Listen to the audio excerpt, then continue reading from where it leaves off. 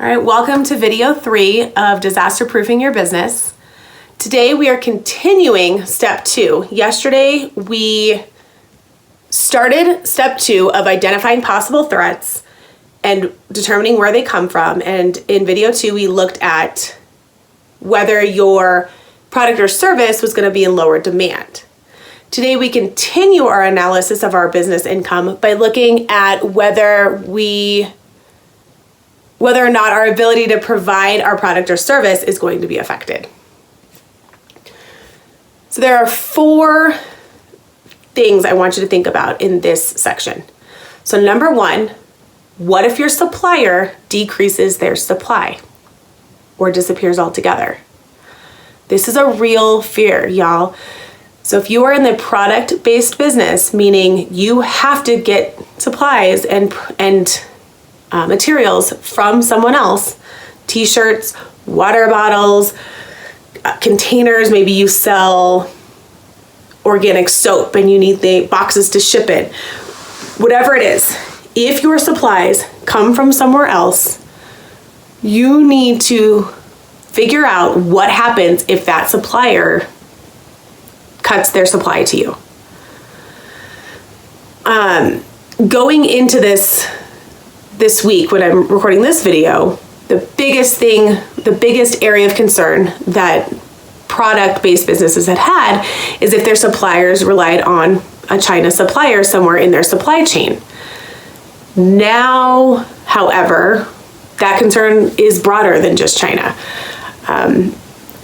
There are suppliers across the globe that are seeing cuts in their inventory. So the question is, what if your supplier decreases their supply? What does that mean to your business? All right, number 2 is, what if your vendors or contractors go on hiatus? So whether you're a service-based business or a product-based business, most of us have a vendor or suppliers or multiple vendors or suppliers that we work with. So what happens if they stop working?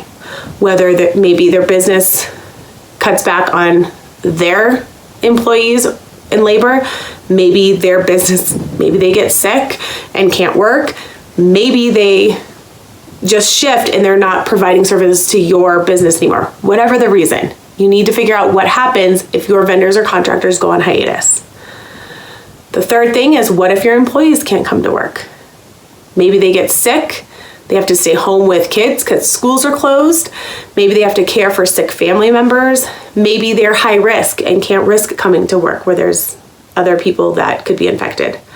Whatever the reason, if your employees cannot get to your office, do you have contingency plans in place?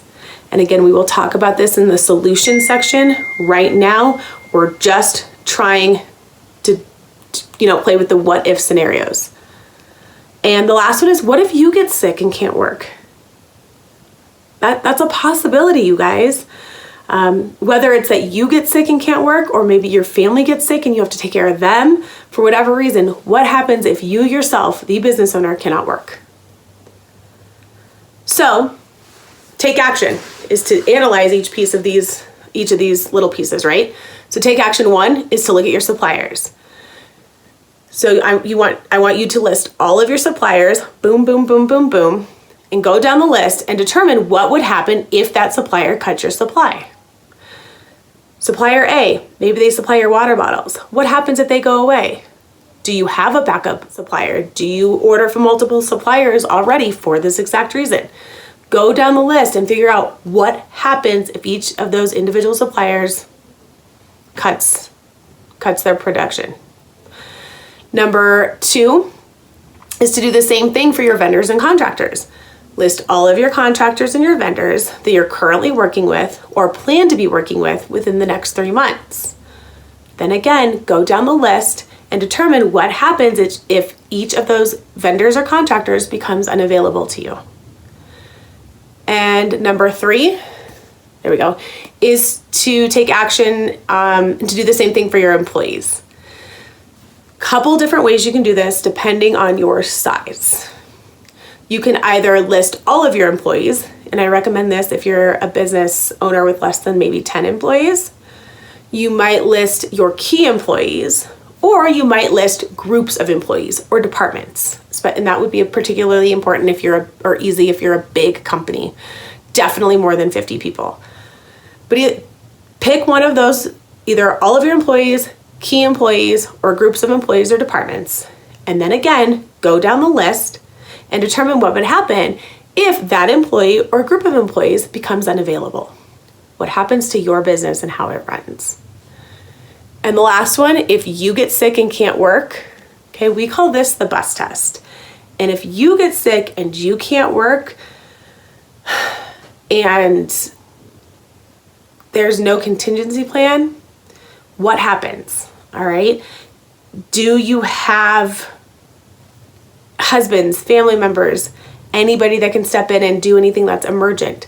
Do you have a way to communicate with your clients and let them know that, it's only you and you're going to be off the grid for a moment or for a while?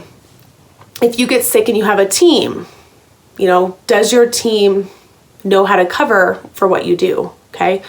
So that's your take action number 4 is what happens if you get sick? What, in the immediate future, what responsibilities do you have and how are those responsibilities going to be handled? All right. I will see you in video number 4.